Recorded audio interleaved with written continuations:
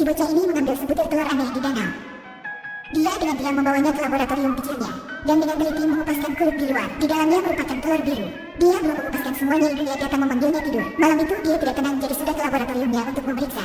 Hasilnya dia menemukan telur sudah terpecah. Pasti makhluk dalam sudah keluar. Waktu itu dia dengar suara aneh. Dia langsung memeriksa apa itu. Mendadak seekor aneh muncul di depannya. Ternyata inilah makhluk dari telur itu. Si bocah menemukan makanan dan menyuap makhluk itu. Makhluk kecil juga ada kasih sayang samanya. Jadi si bocah memutuskan dengan diam memelihara makhluk ini dan menamainya Krusu. Si bocah bernama Angus, lahir dalam keluarga perwira dalam Perang Dunia Kedua. Suatu hari ada tim pasukan ingin menginap di rumahnya. Sambilnya mereka ingin menggunakan semua barang di rumahnya. Sejak itu Angus hanya bisa diam memelihara Krusu di laboratorium. Tapi si teman Krusu sangat rakus. Semakin makin banyak, Angus membaca dalam buku bahwa Krusu mungkin adalah jenis spesies raksasa dalam legendaris. Jadi si bocah memasuki Krusu ke botol air.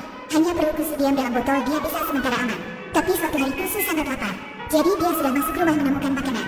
Hasilnya ketemu si Anjang dari tim pasukan. Untungnya si anjing disimpan oleh tali, jadi Krusu baru aman. Waktu itu dari kamar kakak tiba-tiba ada suara berteriak. Angus langsung mencegahnya dan berkata dengan kakaknya rahasia Krusu sambil menyuruh kakak jaga rahasia itu. Tapi Krusu jika lapar akan berteriak. Hal ini menarik perhatian pembantu di rumah. Pembantu terkejut, tapi tampaknya dia sangat memahami Krusu.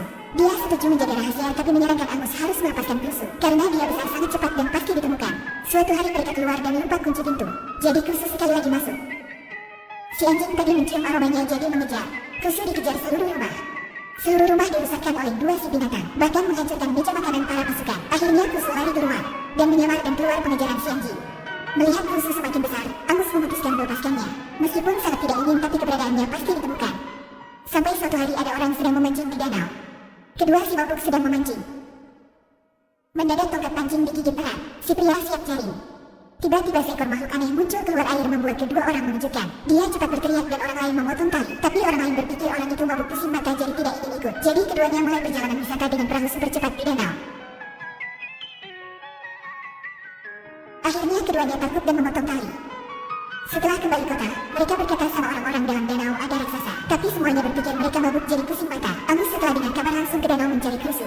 Kali ini ketemu lagi, Krusu sudah sangat besar. Dia memberi Angus duduk di punggung dan mengantar main di sekitar danau. Sejak itu, Angus terkadang ke danau menemui Krusu, dan keduanya main senang. Sampai suatu hari, tim pasukan latihan di danau.